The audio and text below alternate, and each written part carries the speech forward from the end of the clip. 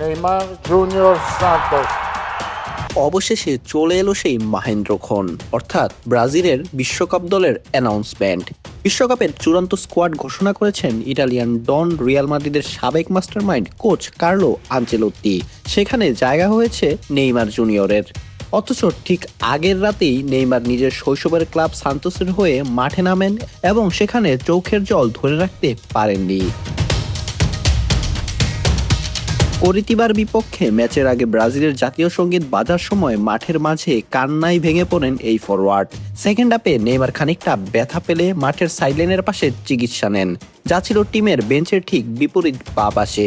ঠিক তখনই ম্যাচের চতুর্থ অফিসিয়াল যখন 10 নম্বর বোর্ডটি উপরে তোলেন, তখন নেইমার সেটি খেয়াল করেননি। তিনি যখন সুস্থ হয়ে মাঠে ফেরার জন্য প্রস্তুত হন, ততক্ষণে তার বদলে মাঠে নেমে পড়েন ব্রাজিলের সাবেক তারকা রবিনহোর ছেলে 18 বছর বয়সী রবিনহো জুনিয়র।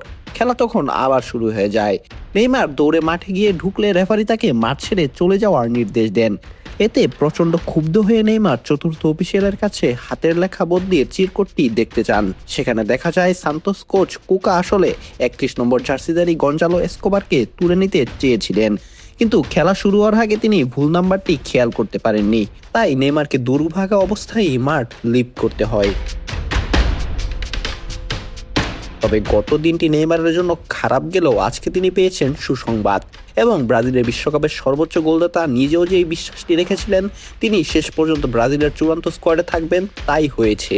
তাই আপাতত তিনি নিজেকে হয়তো পূর্ণই দাবি করতে পারেন। ফিটনেস নিয়ে যেসব সমালোচনা হয়েছে সেগুলোকেও বুড়ো আঙ্গুল দেখিয়ে হেক্সা মিশনে আবারও মেনম্যান হিসেবে দেখা যাবে নেইমারকে। নেইমারের হয়তো লাস্ট ডান্স।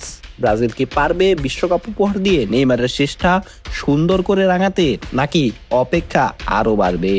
অঙ্কুর গোমেজ, বিডি আর্কাইভ স্পোর্টস।